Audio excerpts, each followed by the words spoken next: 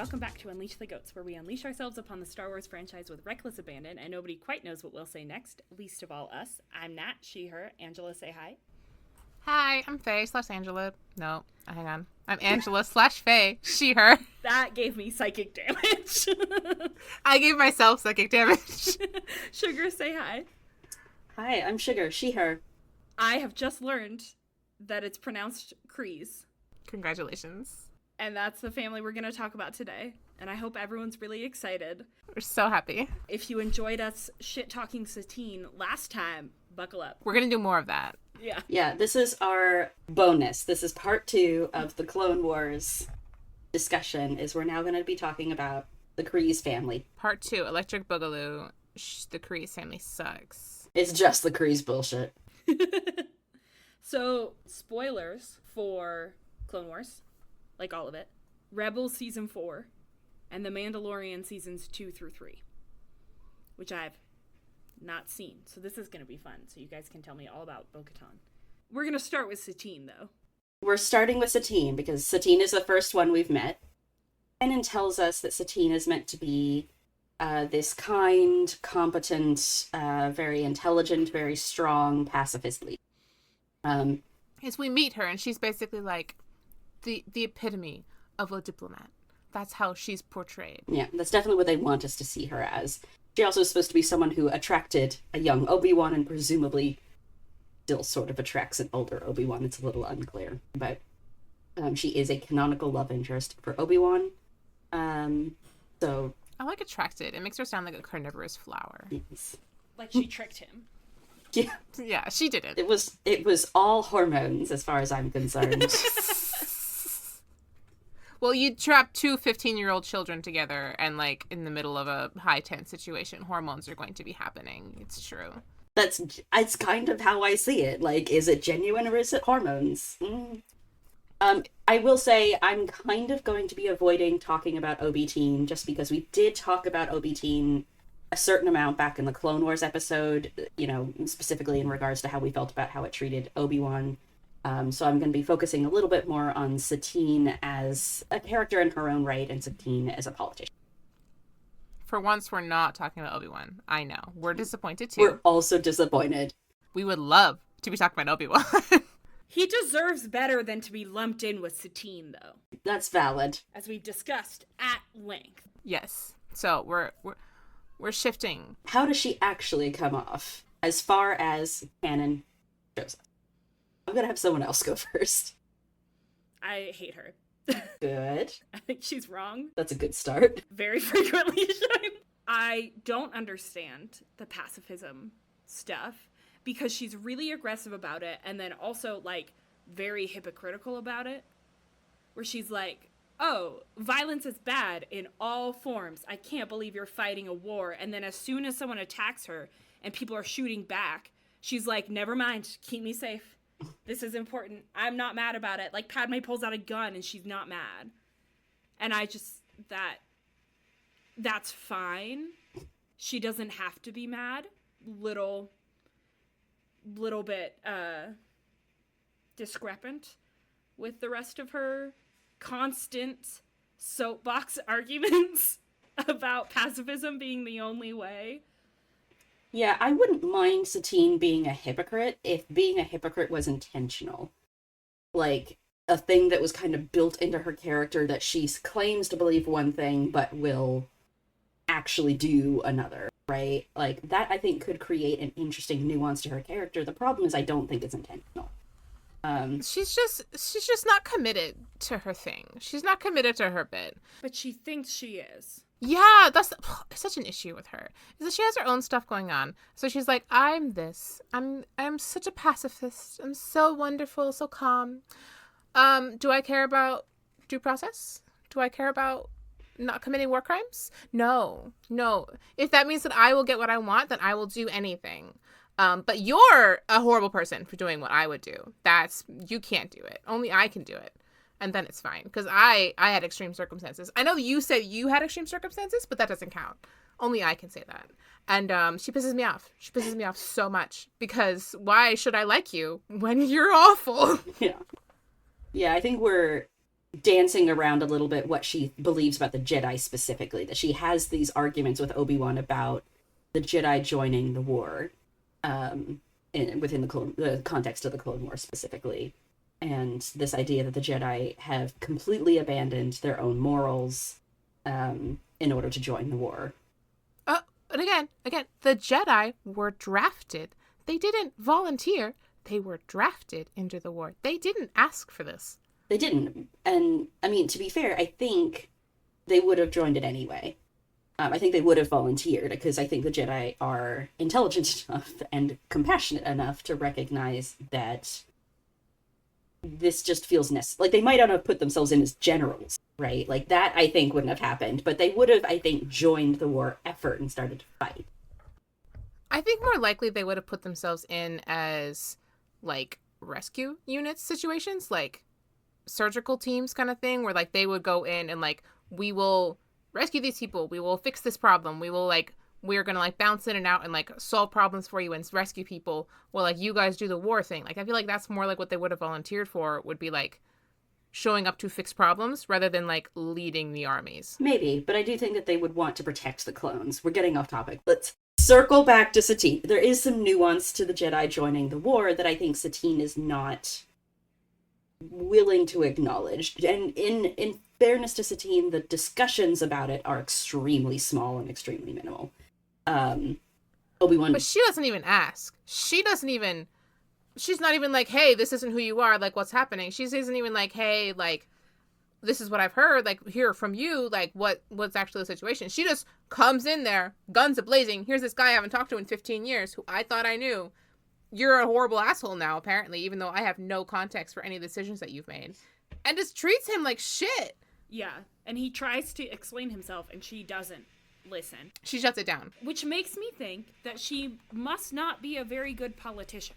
Right, so this is where things get complicated for me with Satine, is that what we see of her on screen seems to show a dangerously incompetent political leader, whereas her backstory as someone who took Mandalore from having just destroyed itself via quite a lot of civil war, almost to the point of basically extinguishing their own people, like, off the face of the galaxy, like, this, and you know, giving them 20 years of peace, like, that's not an insignificant thing to have done, and it would have required a serious amount of political skill, compromises, you know, like, political strength and unwillingness to back down when someone comes in, you know, and tells her no.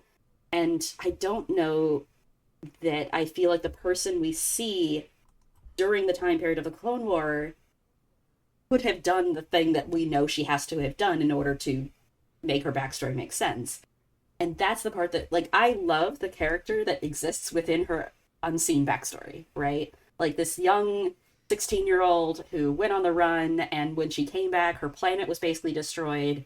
Her people are, you know, barely, you know, still around. Her parents are dead. She has to take over. And, you know, she goes like, fuck all this. We're done. We're done fighting. You're all following me now. Like, we're done with this. We're not going to war anymore, because if we keep doing this, we're literally going to kill each other out of existence. And insists on this and manages to pull the Mandalorians into 20 years of peace. Like, that's an extremely interesting person, and I wish that that was the person that we got to see in present day. You know? No, because every time Satine has a chance to, like, talk to somebody who has different viewpoints from her, she doesn't actually have a conversation with them. She just she kind of talks at them and then ignores what they say, and then if they continue to disagree with her, she has them arrested. I will say the one person that she does listen to is Padme. That's true. The person she has a conversation with is Padme. And that, actually, I find very interesting, that she, like, can't stand having that kind of a conversation with Obi-Wan. She barely manages it at the very beginning. And she's, you know, I mean, we get to see about maybe 15 seconds of that conversation, and it seems mostly, you know, peaceful right up until an explosion happens. But we never see them have that kind of, you know, like, respectful discussion again. But she has this really interesting conversation with Padme, where you know, she's like, you know, the Republic sucks, and that's why I refuse to join it, and, you know, I'm remaining neutral. And Padme goes like, I mean, you're not wrong, but also like leaving doesn't fix anything, you know, like I'm staying within it because I feel like the best way for me to go forward is to fight from within and try to fix the issues that are there as much as I can. And you know, I think Satine actually ends that conversation going like, you know, like I see your point. Like I'm not going to continue to join the Republic, but I see your point and why this works for you. But I'm staying out of it. And there's actually this really interesting, like, respectful repartee between these two characters that exists with nobody else. They should kiss about it. Yeah, somehow, funnily enough, she's got more chemistry with Padme than she does with her canonical love interest, than either of them have with their canonical love interests. Because, I mean, what they try to do with the love interest is they give them that, like, snarky banter back and forth that everybody thought was so interesting and so attractive in, like, 2005. And actually, it was just people being mean to each other. And that's not really a good foundation for a relationship. Yeah. So, doesn't really age great. There's places where it works, like Obi-Wan and Anakin. I think their dynamic has a fun, bantery stuff, and that comes from, like, Revenge of the Sith, and even Attack of the Clones, right, where they have this kind of bantery back and forth that, you know, I mean, in fairness, works in large part because those two actors had enough chemistry with each other to make it work. But I think every other relationship kind of then followed that exact same pattern, regardless of whether it made sense for those relationships. It could just be because I have a deep hatred for badly written enemies to lovers, and they have that energy. They're not actually enemies to lovers, but, like... What, Satine and Obi-Wan? Or... Yeah, the, like, snarky banter that she has going on with her love interests, that's what the energy of it gives, and I don't like that, because I feel like it's just people being mean, and I don't think you can fall in love with someone being mean to you. Or I don't think you should. I do think that Satine and Obi-Wan come off extremely mean-spirited, and I really don't care for it. Anyways, we're moving on from Obi-Wan, because we said we weren't going to talk about him, but...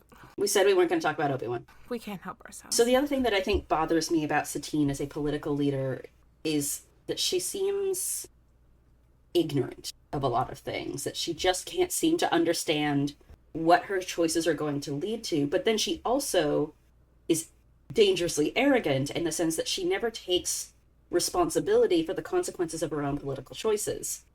Very specifically, she's the only one who seems particularly invested in going neutral and refusing to side with either side of the war, and everyone kind of just ends up having to follow her and choosing to just let her do what she wants to do, and then that choice ends up leading them to basically being capable of trading with nobody.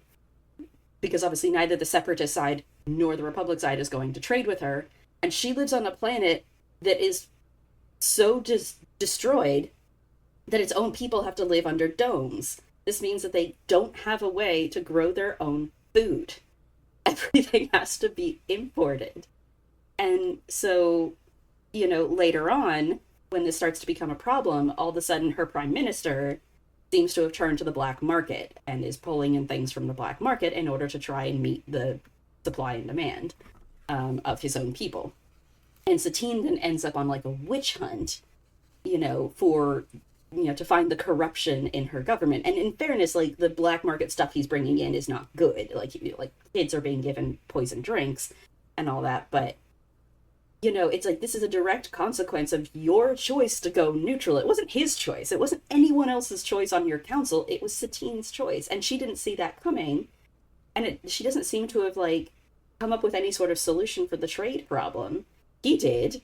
It's a bad solution, but he clearly, like, went, well, what else am I supposed to do? Like, we have to eat something, you know? And she goes on this witch hunt, and he ends up in prison for life as a result of this, which feels like she's not taking responsibility for the consequences of her own decisions.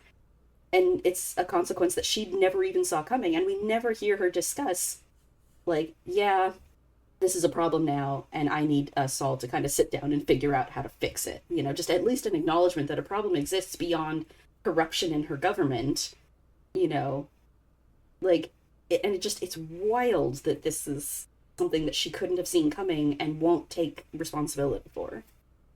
Well, what's interesting is that, like, being neutral in a war does not necessarily mean that you can't trade with either side, because, like, I mean, there's countries in real life that do that. Switzerland famously is almost always neutral in wars, and they survive. Fine, people To continue be trade fair, with them. they have agriculture capabilities, but... Well, yeah, but my point is that, like, people aren't, like, beefing with Switzerland or refusing to trade with Switzerland because they're not taking sides. Like, they have carefully maintained their neutrality historically. So, like, it's not like it's impossible for this to happen, right? But she doesn't seem to think that it is a priority to build up trade relations with either side, because she seems to be of the opinion that Mandalore should be able to stand on its own. Mandalore is not currently capable of standing on its own, and she's not willing to acknowledge that.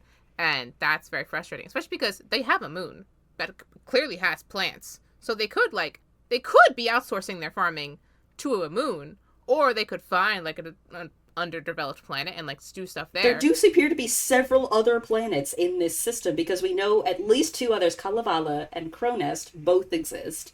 You're thinking of Concordia, I think, as the moon, but Concordia, I think, is not capable. Like, it has plants on it, but I don't know if it's fully capable of agriculture, like supporting everyone's food intake as of yet. It could be doing something, and clearly they're not doing anything. Yeah, it doesn't appear that they're trying at all, even if it's like not a lot of people won't trade with us. Even if it's just some people will trade with us.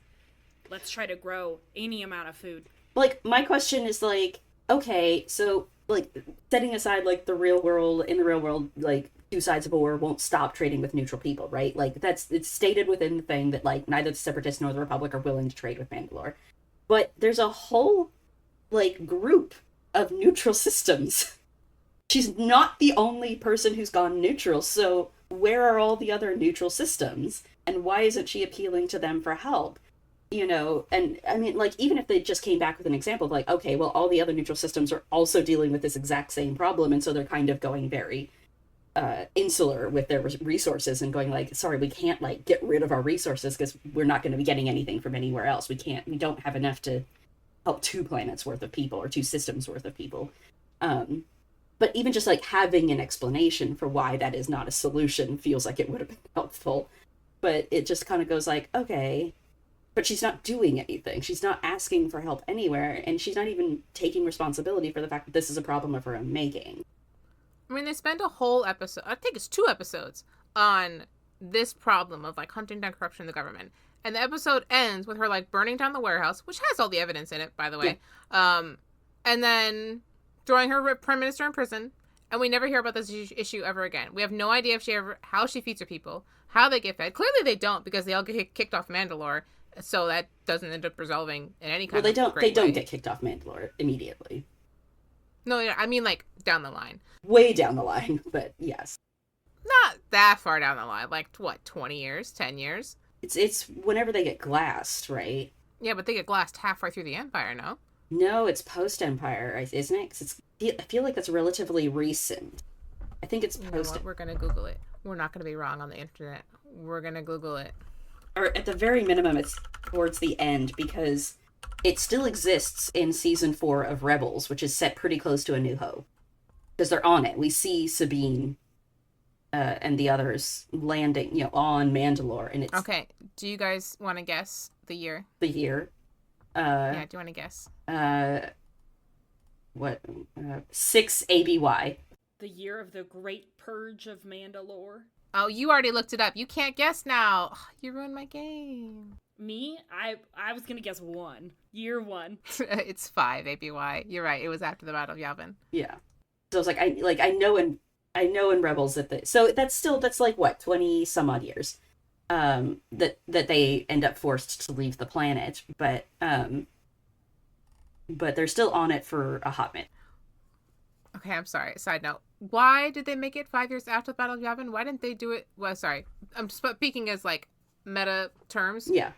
Why did they set it 5 years after the Battle of Yavin? Yeah. Why would they just do it beforehand to explain why the Mandalorians didn't show up for any of the battles? Yeah, but Rebels exists at the time that they were writing that, presumably, and they do, like I'm saying, they do land on Mandalore. You see those characters on Mandalore. That's right. During Season 4 of Rebels. So it can't be destroyed until after that happens, and I think Rebels ends pretty close to A New Hope. It's only a couple months, I think, beforehand or something. Interesting. But yeah, so because everyone was talking about during Andor that, like, Palpatine was having the worst year of his life. You know, But yes, so Satine, weirdly ignorant of the consequences of her own political choices, arrogant enough to not take responsibility for them, somehow incompetent enough to not come up with any of the obvious solutions to the trade problem. But this leads to like my whole headcanon about why the Death Watch thing even works later when they attack, and why she's so quick to surrender, is that, yeah, she hasn't come up with a solution for the trade problem yet, and her people are starving. And they know who put them neutral, they know why they're starving, and they fucking hate her for it. And so she knows that even if she tried to fight back against Death Watch and try to regain the people's loyalty, it's not gonna fucking happen. She's done. And she fucking knows it. And so she just kind of immediately rolls over and starts attempting negotiations, which obviously go badly because Maul is involved. But that's my assumption for why she's so quick to surrender, which also doesn't make sense with the whole backstory of, like, someone who was able to manage to wrangle all of these people who hated each other together into a 20-year peace. I'm like, she should be a little stronger than that and less willing to immediately admit defeat. Yeah. Oh, but she's a woman. She has feelings. Yeah. That also pisses me off about Satine, is that there's so few, like, main female characters in Star Wars, and she sucks. Like, it's so unfortunate, because I really want to like her, because theoretically she should be really cool, but she sucks. She sucks so bad. It's so annoying. Like, I don't have that many women to root for. Let me root for you. And I can't because you suck. I know. It's funny because for me, she's so close to Padme. Like, she's so similar to Padme. And I like Padme. I kind of like the complexity of Padme, where she's noble and kind and compassionate, but also selfish in her own way, and extremely flawed. And I found my way to, like, appreciating that aspect of Padme, and Satine just feels like a knockoff of Padme. And so I'm like, I should like her because I like Padme well enough, but she just isn't as good. Like, and I mean, I think nostalgia's helping me with Padme, but... Yeah. Well, I feel like the difference there is that Padme, even with all of her things going on, she is at the very least competent. She is good at her job. That's true, yeah. And we see evidence of that. We're not just told that. We see her being good at her job, and multiple times, and not enough, but we do see it. And Satine, we're told, is good at her job. We never get to see her be good at her job. We get to see her be bad at her job lots of times. Quite a lot. Yes. And that makes her less likable because she sucks. Yeah. Like, she's not good at anything. She's good at making problems. I know we have like 30 seconds. I do want to address a couple things that tend to come up quite a lot with Satine. Just as fast as we can. So the first thing, there's a couple of things that just people kind of harp on a lot with Satine, some of which I think are valid and some I think are less so. So the first one is this idea of the exile of the warriors, right? And so I rewatched the episode like 2 days ago, just to make sure that the dialogue and the context of it are all fresh in my mind. And there is this line that happens right at the beginning of the very first episode where we meet Satine, where Obi-Wan gets told by her prime minister that they had long since exiled all of their warriors, like, direct quote, they exiled all their warriors to that moon that we were talking about earlier, Concordia. And he then follows that up with saying, also, they all died out a while back. It's left a little unclear exactly how many years ago this was, but just based on kind of the assumption about the way they talk about it, it was, also a while ago. So they probably were only exiled for maybe a max of about 5 years or so before they were all considered to have died off. And a lot of people heard this and went, whoa, that's a kind of wild thing to toss out there about this woman. And mostly because it's so vague, right? Like, what does all her warriors mean? All the warriors of Mandalore. Like, almost all of them are taught to fight in one way or another. And also, 2 seconds after he says this, Satine walks out and she's got some armed guards behind her. So, I don't know, maybe not all the warriors, like, because, and someone else pointed out to me, like, okay, if all the warriors were exiled, who's enforcing that? You don't have any warriors left to enforce the exile. How are you forcing them off onto this moon and keeping them there? You know, and they seem like they might have been imprisoned on this moon because in order to be very confident that they're all dead, you have to be very confident they didn't all just leave. You know, which means you have to be pretty confident that they can't leave that moon. So there's all kinds of weirdness wrapped up in this line. I do think people take it quite far, and tend to ignore the fact that it's an extremely confusing line that makes very little sense. Like, probably more accurately, they might have said something like, all the warriors who refused to stop fighting and, you know, go along with the new pacifist rules got. And so it's a very select group of the warriors, and not just literally anyone on Mandalore who knows how to fight. But because they don't say that, it just comes off very strangely. And Satine gets accused of all kinds of different terrible things as a result of that. So it's there. It's really weird. It is not treated as the tragedy that I think it's supposed to be treated as. Obviously, the fact that they've all died is a lie. This ends up being revealed later in the episode, that, like, they very much did not all die off. They have just now turned themselves into Death Watch. But, and they presumably faked their deaths, or someone came over and lied about how they were all dead. But still, the fact that they believe everyone died should be this massive black mark on their record as a government, and it's not treated as such. And I feel like the whole concept of this idea, like, it's there to explain why Satine doesn't know that there's a terrorist group on her moon, but I think they didn't consider the implications of that.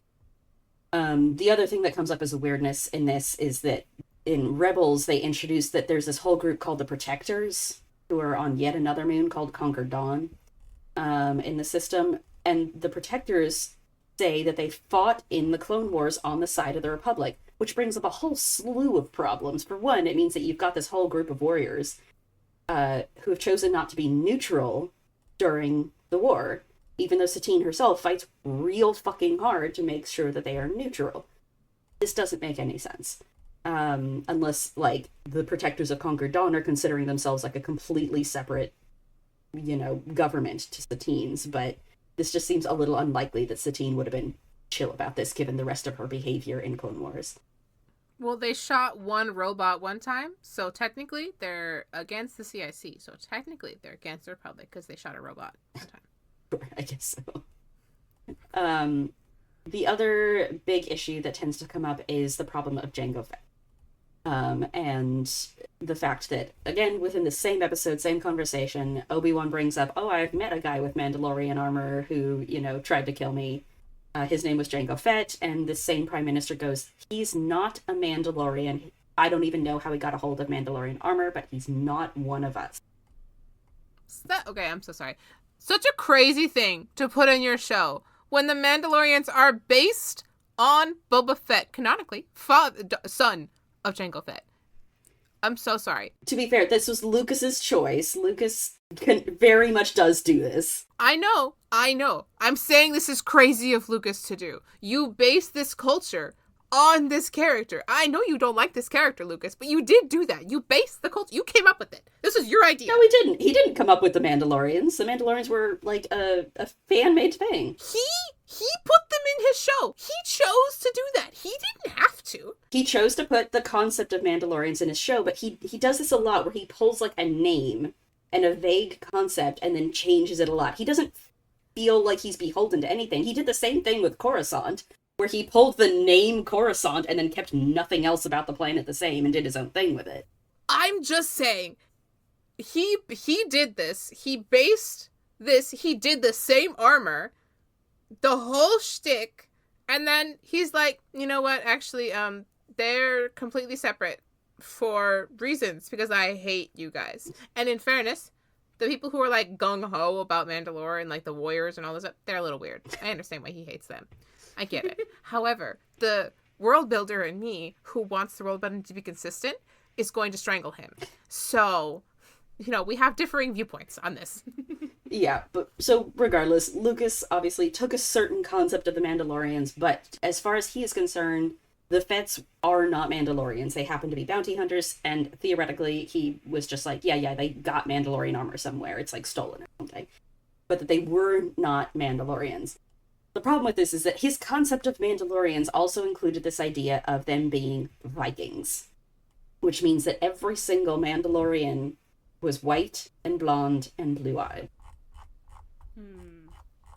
Again, after he chose, intentionally, he made Jango Fett a Maori man. He did this himself. He didn't have to do that. He could have made him white and blonde. He did this to himself. And then he was like, no, he's not a Mandalorian, but the rest... Well, but Jango's not a Mandalorian, so... I know, that's what I'm saying. He's the one who came up with this discrepancy. He did this on...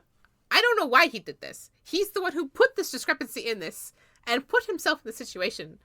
I don't think Lucas cares, but, like... I'm aware that he doesn't care. I don't think Lucas gives a shit. I don't think he feels like he put himself in a situation at all. I'm aware. Someday I'm going to meet him in a fighting pit. It's gonna be fine. But, so, regardless, as far as Satine goes, this means that Satine sometimes gets accused of racism. Because all of her Mandalorians are shown to be white and blonde and blue-eyed like her, whereas, obviously Jango and Boba, as well as some of the other Mandalorian characters we're introduced to later in Disney canon, like specifically the Ren clan from Rebels, are all people of color. And so there's this weird thing that happens where it ends up looking like Satine is kind of racist, and that, like, the warriors of the Mandalorians are the non-white people of the culture. And unfortunately, like, this, it feels like a dumb thing to put on Satine, given, as Faye is complaining about, it was a weird decision on Lucas's part, a very prototypical one for Lucas, but one that had certain implications given the way Mandalorians have continued to be written. So regardless, those are the two kind of weirdnesses that exist with Satine, just based on some very strange, not very well written choices during Clone Wars. And that, I think, is where we're going to end Satine for the moment. We're going to move on to the next member of the family, who's going to take just as long. It's time for Bo-Katan. Yeah. I would say thank God, but we're moving on to Bo-Katan, so it's not better. Can I start? Please go ahead. Here's what I know about Bo-Katan. Ready? She is introduced as a member of the Death Watch, which is explicitly called a terrorist organization a couple of times. I just watched the episode of her actual introduction where you don't see her face, in which we see Death Watch kidnap local women to serve them food and torture droids for no reason, which I love that R2 makes a bunch of droid friends and then attacks them. That's great. She tries to kill Ahsoka and... what's his face? Lux. Lux is there for some reason. Because Lux is a fucking idiot. Yes, he is a fucking idiot. Regardless. They burned down the village for no reason because they had the audacity to say, hey, you're not welcome here if you're gonna kidnap our people. And the what's his name, Pre Vizsla guy? Yeah, Pre Vizsla. He's there, and he's like, oh, it's okay, we'll give them back, and then kills them and burns down their village for no fucking reason, just to be an asshole. So that's her introduction. The next time we see her, she's working with Pre Vizsla and Maul to take over Mandalore, knowing that Satine is not gonna be safe, not caring about her sister's safety. And then suddenly she's mad at Maul's, like, decision-making in that, as if she thought he was going to be nice to everyone. I don't know. To be fair, she's not chill. He's like, I've killed your leader, and now I'm your leader now. Yeah, she's not chill with Maul ever. She does try to convince Pre out of it. She doesn't try very hard, in my opinion. No. Also, No. like, that guy's an asshole, so why are you following him? Because she's a bitch. She's a bitch. I believe she doesn't talk about her sister, like, at all. Does Satine ever talk about her? No. Great. Okay, so I kind of don't believe that they're sisters. Like, that seems weird. Anyway, then Satine dies, and then later, she shows up with Ahsoka. Somehow. Notably tried to kill Ahsoka earlier on, but now they're besties and they're trying to take Mandalore back from Maul. And she's like, I don't care if all my people hate me. And that's fine.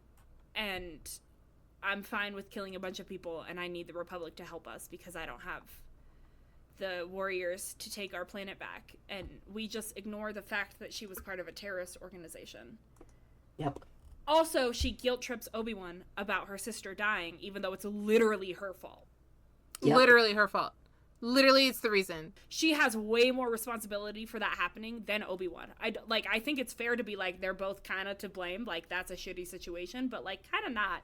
I don't know. Obi-Wan was doing his best. I don't know that I can say Obi-Wan is to blame. I don't think Obi-Wan had anything to do with that situation happening. It's not his fault. She does die because of Obi-Wan, but it's not his fault, I should say. That's more accurate. Like, Maul kills her to get to him, yes. Right, Maul kills her to get to Obi-Wan. That's not Obi-Wan's fault at all, but he is part of the equation of her dying. However, she's the one who brought Maul to the planet. Yeah. She's part of the putting him in power people. The other thing you can say is there's no way for Maul to know that Satine has a connection to Obi-Wan with the stuff he's got prior to showing up on Mandalore. So, yeah, how does he know? Who could have possibly told him? She maybe told him. So she tries to break Satine out, and that's like the one good thing we see her do, I guess. And then suddenly she's a good person. And also she's in The Mandalorian, but I haven't seen that. That's none of my business. That's fair. She's also in Rebels, which you also haven't seen. That is my business, but I haven't seen it yet. That is your business. You're working on it. Yeah. Bo-Katan's an interesting character for me, because I actually want to like her more than I want to like Satine.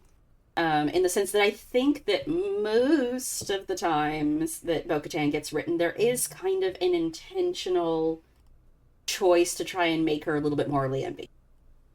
In the sense that she's not always the nicest person in the world.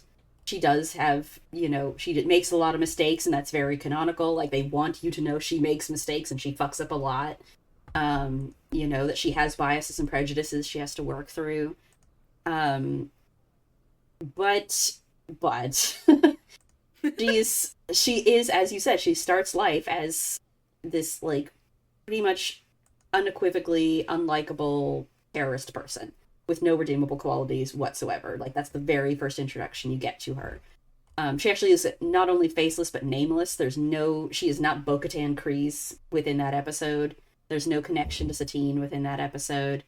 That seems to have been brought on later. But it's the same voice actors and the same armor, so it's clearly the same character. For anyone who hasn't seen these episodes. So in later stuff, particularly within Rebels and Mandalorian, and even Season 7 of Clone Wars to some degree, there is this implication that Bo-Katan has kind of redeemed herself off screen for everything that she did, for her terrorism, for her part in her own sister's death, and for Maul taking over Mandalore, and all of the bullshit that happens within that time period. But we don't really get to see it. Like, I don't think that her, going to Ahsoka and saying, hey, random Jedi Padawan, that, the only interaction you've had with me is me trying to kill you a while back. I need you to help me save my planet from the mess I created. And then, Ahsoka basically going like, cool, okay, I'm gonna go ask the Jedi for some of their clones to come help, die to take back the planet and clean up the mess you created. I don't think that redeems her.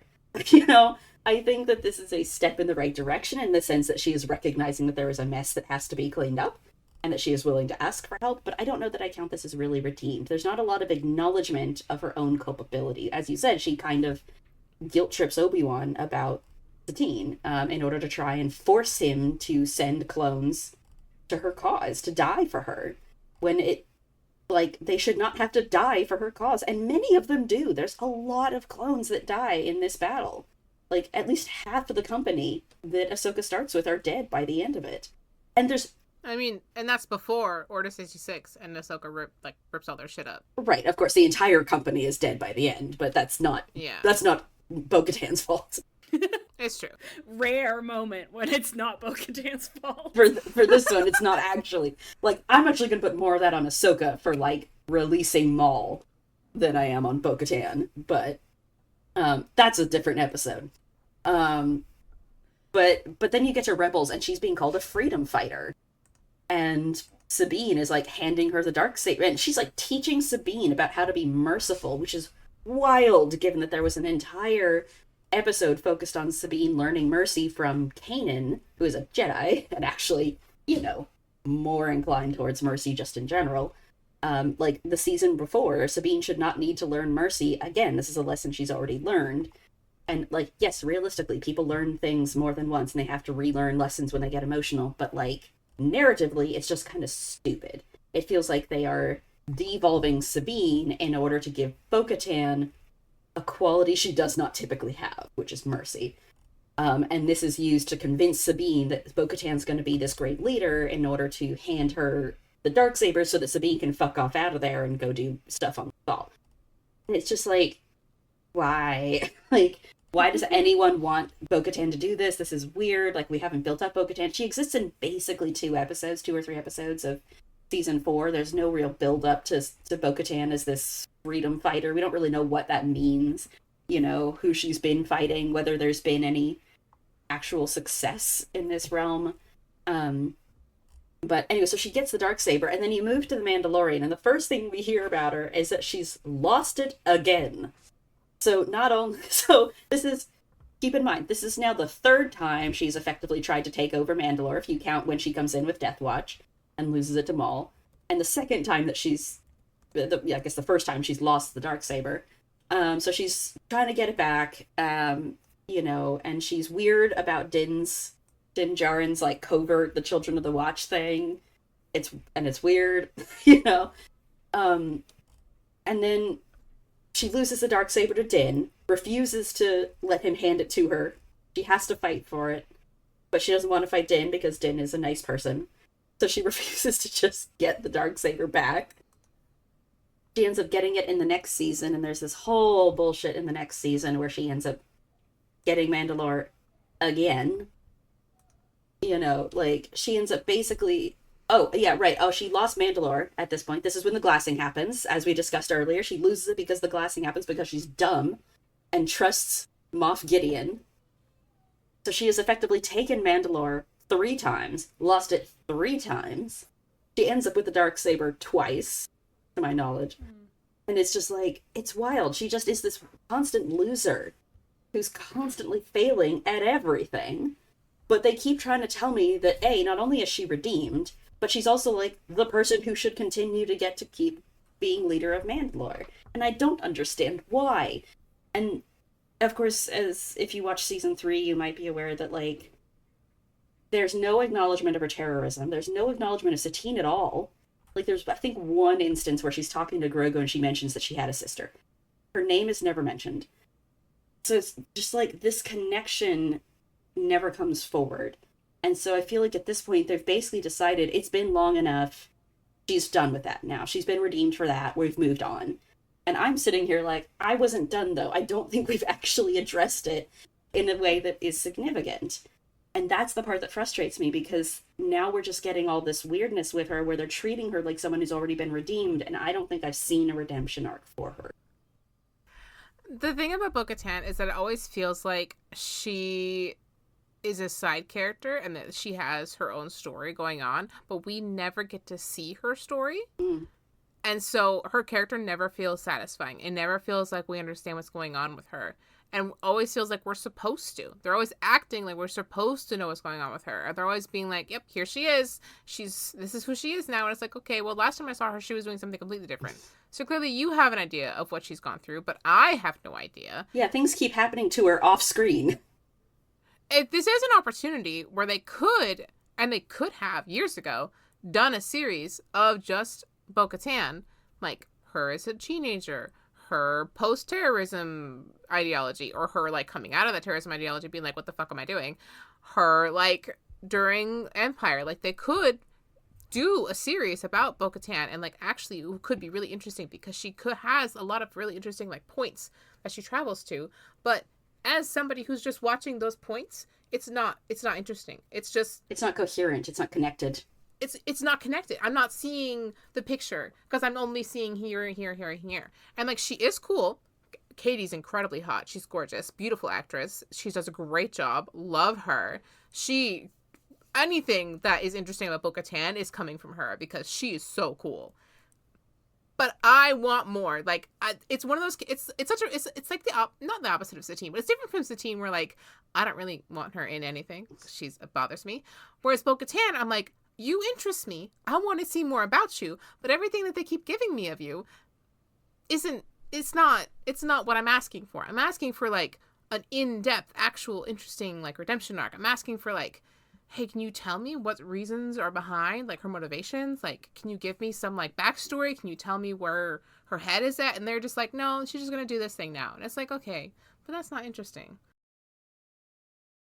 Yeah, she feels like they keep putting her in there because she's convenient, to their stories. Yes, it's constantly just because she's convenient, and they want Din to be free to run off and do whatever the fuck he wants, and like... Or Sabine. Yeah, or like Sabine to run off and do whatever the fuck she wants. Like, she's just there to like hold the bag so the characters they actually want to do stuff with can be free to do their stuff. And like, that's not cool or fair or interesting. Like, right, but she has to keep losing so that she can get it back in their stories in order to explain why these characters can't, And I'm like... It's so back and forth. Why would you give Sabine the Darksaber if you're just going to hand it off to Bo-Katan again? And then take it away from Bo-Katan again so you can give it to Din, and then not let Din keep it so he gives it to Bo-Katan again. They just use her as a placeholder so that other characters can do interesting things. And like... Sometimes, in fairness, sometimes they give her interesting things when they're taking them away from characters. Like when they go, oh, the whole story you thought about Din, like getting his redemption and like getting to like feel clean again and like whatever, he's like recommitted to his religion. We're gonna give that moment to Bo-Katan, actually, for reasons that don't make any sense. Yeah, instead of it being about Din like recommitting to his religion and like feeling like he's worthy again, it's actually going to be about Bo-Katan saving his life. And somehow fulfilling some kind of weird prophecy that really should not have been about her to begin with. That doesn't really make any sense. Like, okay, these are characters that should have their own things going on. Why are we taking from one to give the other? We could give to both of them. They could both have stuff. This was possible. There's plenty of stuff to go around. It's a big universe. They could both have things. Yeah. I don't know. I find her character so frustrating because it's in a different way from Satine because she is so interesting and I want more of her, but they never give it to me in a way that's satisfying because they're always focused on other things. Yeah. I feel like I remember one of the first conversations you and I had about Star Wars, like way early on before I got more into it, was with Bo-Katan in season 2, I think, of Mandalorian, because for context, for anyone who doesn't know, I did not watch Clone Wars until after I saw the second season of Mandalorian. I didn't care about Clone Wars. So I was watching this, and this is my first introduction to Bo-Katan as a character is actually in Mandalorian season 2. So I don't have any of the backstory for her. I'm getting introduced to her as this random lady who showed up, and she's like, all of my people have been dispersed across the galaxy because our planet got destroyed. I'm trying to see if I can bring them back together and lead them, like, in some kind of, redemption for the people because they need it. And I was like, wow, that's cool. And I mean, she's not nice all the time, right? She's biased against Din. She's kind of prickly, she's not always super kind. And I was like, I love that about her, though. Like, she's not the nicest person in the world, but she does have good, honorable, intentions. And she does help Din ultimately by the end. And I remember telling you, I was like, no, she's cool. She's fun. And you were like, she's a bitch. You were not about Bo-Katan. I was not having it. I was so mad at her. You were so mad. You were like, you don't understand, Sugar. She's not okay. It's like, what's wrong with her, though? She's just like... And over here, like, she got her sister killed. I don't even like her sister. I don't even know if you were able to explain it because like I wouldn't have the context for it. I couldn't tell you spoilers, yeah. Yeah, or something like that. I can't remember exactly what you were trying to argue, but you were like, no, like, she's just kind of an asshole and I don't care for her. And I was like, okay, I like her. And then I have, of course, since gone back and rewatched Clone Wars and Rebels, and I'm like, no, you had a point. You had a point. I maintain that I think the character that exists within Mandalorian season 2 for all the 2 or 3 episodes that she's in is actually quite cool. Yeah. Honestly, it's the coolest she ever is. It's the coolest she ever is. I think it feels like she gets rebooted each time. I think maybe that's what you and I are feeling, is that her character keeps getting rebooted each time she goes into something else. So it's like, there is the character who exists in that first episode of season 4 of Clone Wars, and then she got rebooted to be Bo-Katan Kryze in the Lawless arc. And then she gets rebooted again for Rebels to be this weird freedom fighter character. And then she got rebooted to be in season 7. And then she gets rebooted for, The Mandalorian. And essentially gets rebooted for season 3 when they decided she's going to take over as main character. It's like how they kept using Hondo Ugh. for shit that didn't make any sense just because they didn't want to make another character model. Does it? Hondo's the pirate guy who, like, kidnaps the Jedi children. Oh, yeah. And I think he kidnaps Count Dooku at some point. Yeah, he captures Count Dooku and then captures Obi-Wan and Anakin, and all three have to try and escape Hondo together. And then handcuffs them together, and it is pretty funny. It is quite funny. Is it important to any of these stories that she is Bo-Katan? Or are they just like, here's a character we've made? Usually it's just that she's a prominent Mandalorian and they need someone prominently Mandalorian. Couldn't they just make the family bigger? Okay. Oh yeah, we should talk about that. So, that's the most wonderful transition. Okay, so the stupid-ass fucking Kryze family, there's the father Kryze, who dies tragically and, like, kicks off the Civil War, whatever the fuck. The mysterious mother, who is never mentioned, not once. The mother never comes up, ever. Not even slightly. There's not even a vague picture of her on the wall. Nothing. Absolutely nothing. However, there is a nephew that they both refer to, Satine and Bo-Katan refer to Corky as their nephew. Who is their sibling? Who is it? Whose child? Yes, this implies a third mysterious Kryze sibling that has never once been mentioned. Interesting. There is a mysterious Kryze sibling out there somewhere who maybe they died. Maybe they don't exist. Maybe they cloned Corky and they just call him their nephew. Nobody knows. Not Corky. I don't know, because we haven't seen Corky in ages. Corky disappears after Clone Wars. Isn't it just you see him twice? Yes, essentially twice. I believe I have seen all of Corky. You've seen everything about Corky. Well, so did you see the folk poisoned drinks thing? Where he's, like, running around doing crimes with Ahsoka and his friends?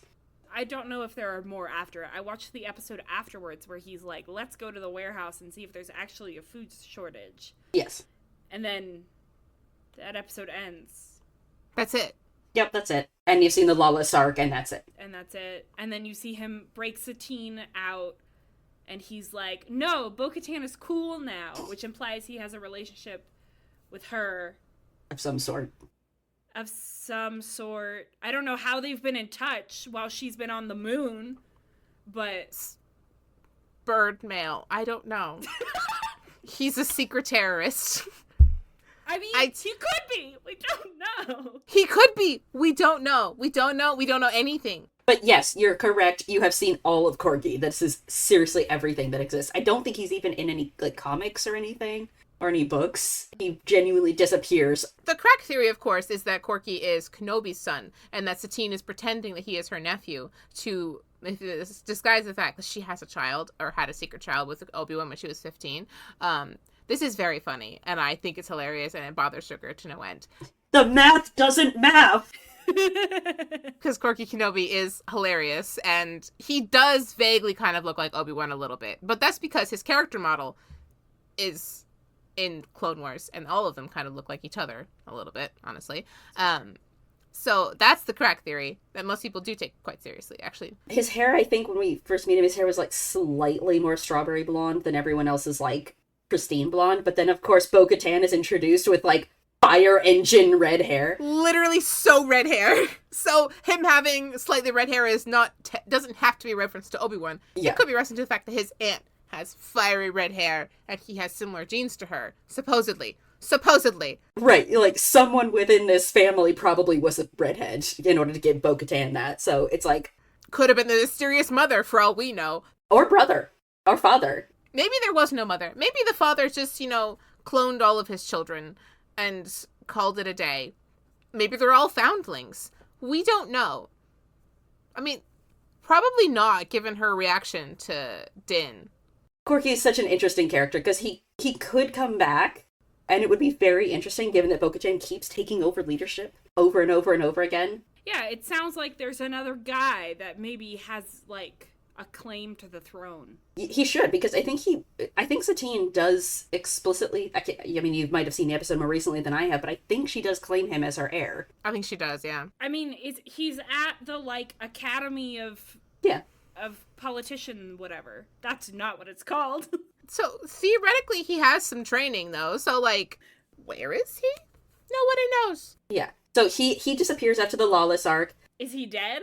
So Bo-Katan in The Mandalorian Season 3, I'm pretty sure, does claim to be the last of her line, which obviously implies that Corky shouldn't exist anymore in order for that claim to be accurate. But at no point has it ever been shown or said explicitly that Corky has not survived. In fairness, they never bring up Satine in The Mandalorian at all, ever, whatsoever. Not even once. They don't say her name, but Bo-Katan mentions she had a sister. Okay, that kind of counts. It could have been not Satine. That's true! It could have been not Satine. She could have been referencing secret other sister. Mm-hmm. She could have been. The weird thing that they have where they refuse to mention, like, Padme and Satine in, like, anything post the original movies is so obnoxious. It's so annoying. I'm sorry. No one is watching season 3 of The Mandalorian who doesn't know who Padme is. Or Satine.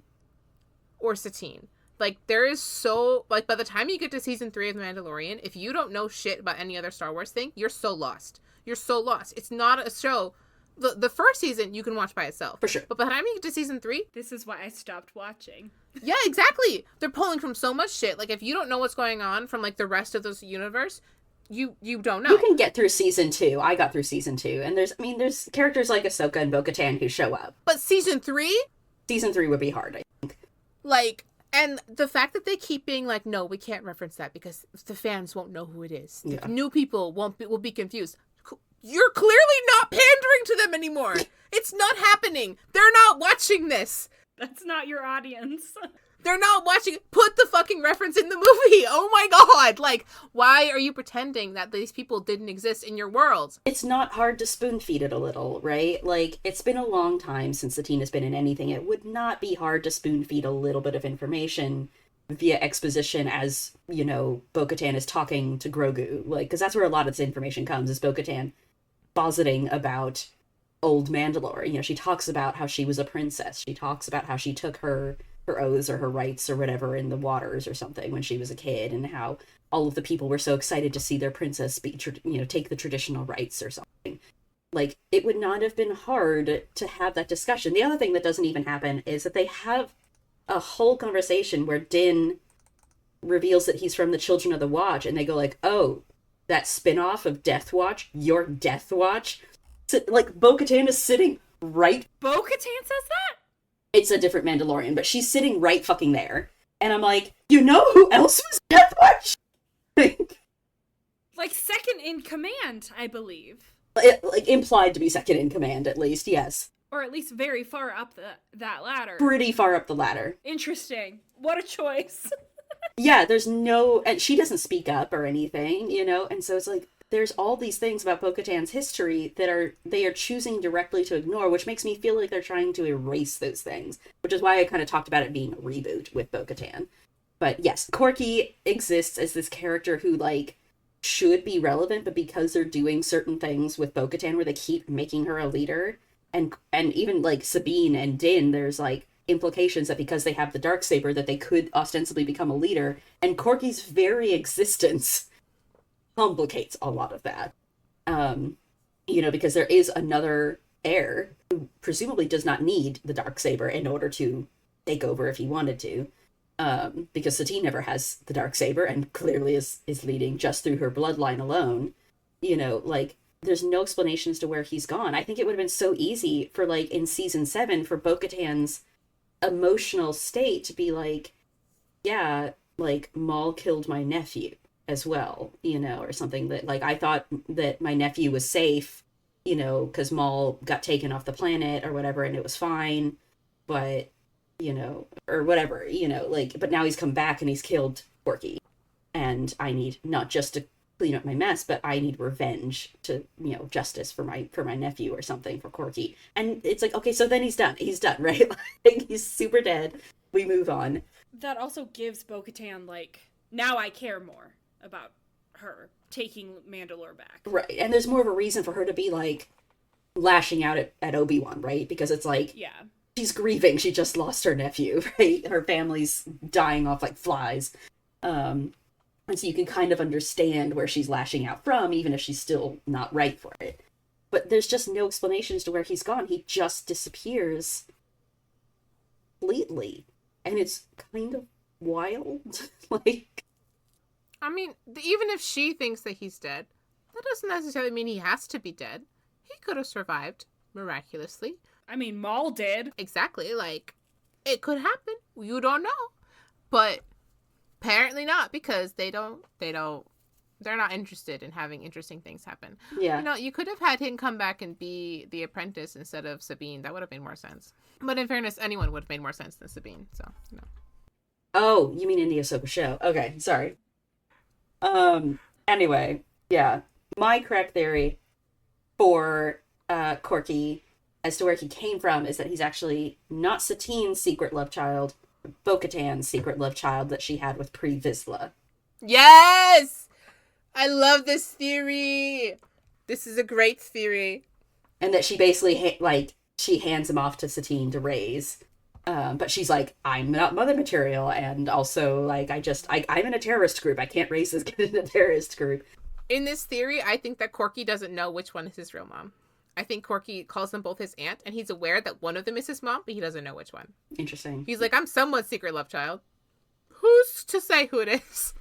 It's none of my business which one it is. Ain't none of my business.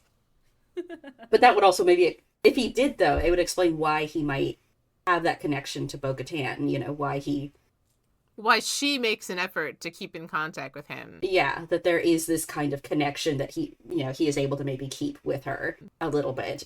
It's a Mamma Mia situation. A little bit. But yeah, I think it'd be really funny if season 4 of The Mandalorian, if somewhere in the Mandoverse at some point the mysterious Kryze sibling just kind of pops out of fucking nowhere, and they just go like, "You've been waiting so long. Here she is," or he. It would be so funny. I would absolutely adore it. All right, the last canonical family member that we have is Father Kryze. The last one that they have mentioned at all is Father Kryze. Does he have a first name? No. Okay. At least not that I've heard in any of the higher canon things. It's possible that there's like a comic or something that gives a name. Adonai. Okay. That's pretty good. Adonai. It's from the Build the Millennium Falcon magazine, which Yeah. exists, apparently. I've just found out. Yeah, that doesn't shock me that that's where that kind of thing came from. So he has a name. It's not super high canon. But yeah, so most of the information we have on Daddy Kryze comes from The Mandalorian Season 3. I mentioned earlier there's this kind of whole scene where Bo-Katan is just expositing shit at Grogu for a while. And she kind of talks about how her father was really proud of her. He was very traditional. How she felt like it was very important to not be an embarrassment, which she doesn't explicitly state this, but I felt like that was a reference to Satine. This idea that Satine had these pacifist ideas early on, and so Bo-Katan felt the need to be more traditional as a result in order to, give her father a child he could be proud of, which obviously causes a rift between the sisters kind of thing. I thought it was kind of the opposite. I thought that he was more of the origin of the pacifist policies via Satine, and that Bo-Katan was rebelling by going with a more traditional route. I mean, at this point, we have such little information, you can kind of intuit however you want, but she does... Yeah. The way she talks about her experience with her father, he obviously does fight. He fights, as far as I can tell, she talks about him fighting, so he can't be that much of a pacifist. Right, I mean, he's the one who, came up with the idea that we should start doing pacifist stuff, and Satine is the one who took up that banner and, ran with it. I could see him maybe wanting peace, the idea of wanting to stop being at war so much, and that Satine kind of pushes this idea of pacifism. Ooh, yeah, I could see that. And that Bo-Katan rebels against the pacifism specifically. But it's not clear. We don't really know enough about Daddy Kryze to be able to really say for sure if he had any ideas of peace or pacifism at all. I would argue against pacifism just with what we know about him. But yeah, so the Mandalorian kind of implies that there is a bloodline that happens here, because Bo-Katan refers to herself as a princess. But obviously Satine is a duchess, not a queen. And their dad is referred to as a duke. I think so. I don't know the canon has ever referred to him as a duke, but this magazine might have. That appears to be correct, but why? Okay, so then Duchess would be correct. Did Bo-Katan just not like that? Well, I think that's why that's why they call him that, is because she's called the Duchess of Mandalore. Oh, so people will have presumed that he is the Duke of Mandalore. I don't know if that's actually like written down somewhere, but that is like the presumption that people have made. Yeah, like she appears to be like, it's kind of sort of like, you know, how Padme's a queen, but she's elected, and so it's just a weird, like, she doesn't have the typical trappings of a queen, right? Okay. So like the title doesn't make a lot of sense. They're just using the title because it's familiar. So I think with Satine, even though she should be a queen, she's being given the title Duchess. For whatever reason, on Mandalore, Duke and Duchess are the highest levels you get. And this appears to be the only... Well, that might not be true. I was going to say they're the only noble titles we hear, but I think we do hear... I think Ursa might be a countess or something. Ursa Wren in Rebels might toss in a couple of other titles. But, yeah, so there's some weirdnesses, I think, with like, how long has this bloodline been going? Like, how long have the Kryzes been ruling? How does that work in with the Darksaber lore about the fact that the Darksaber also is supposed to give leadership, you know, instill leadership in the person who wields it, and that clearly has been in the Vizsla family for a while and not with the Kryzes, because Pre Vizsla himself claims, like, it's been in my family for many generations, but he's very much not the one in charge. So we don't really know exactly how all that works, but we know that, like, you know, the Kryze family has been in power at least since Satine and Bo-Katan's father. He might have named himself Duke for all we know. But yeah, so there's a lot of questions about Daddy Kryze, but he is a character that exists within canon mostly just because they reference him. He also is likely the one who called Obi-Wan and Qui-Gon to Mandalore when Obi-Wan and Qui-Gon end up on the run with Satine. Again, the details of how that ended up working out are a little bit unclear because we have minimal information out of Obi-Wan, but I think it's in there that, like, you know, her father is the one who called them to help protect his daughter. Yeah. That is, I think, everybody. Mama and Papa Kryze, the 2 to 3 siblings, depending on who you think Corky's official biological parent is, and then the one little nephew with Corky. It is a messy family. It is a family that doesn't make a lot of sense. They have managed to fuck up Mandalore probably at least 6 or 7 different times between all of them. And somehow they're still in power. This bloodline, I think, needs to be removed a little bit from power. And that's probably not going to happen for a minute. So we've got complicated feelings, I think, about the Kryzes is what we are landing on. They can be kind of fun, but there's a lot of complications, a lot of questions. They have so much potential, and they never get to reach it because no one wants to write them well. Because no one likes them, and I like them. I just want them to be better. Yeah. Do you guys want a goat fact? Yes, please. I have a great one for you guys today. You ready? Yes. Goats are extremely agile, as all domestic breeds of goats are descended from mountain goats, making them excellent climbers with great balance. Mountain goats can jump up to 12 feet or 3.5 meters in a single bound. Similar to Satine jumping to conclusions. There we go. I was like, come on, Faye, make the connection.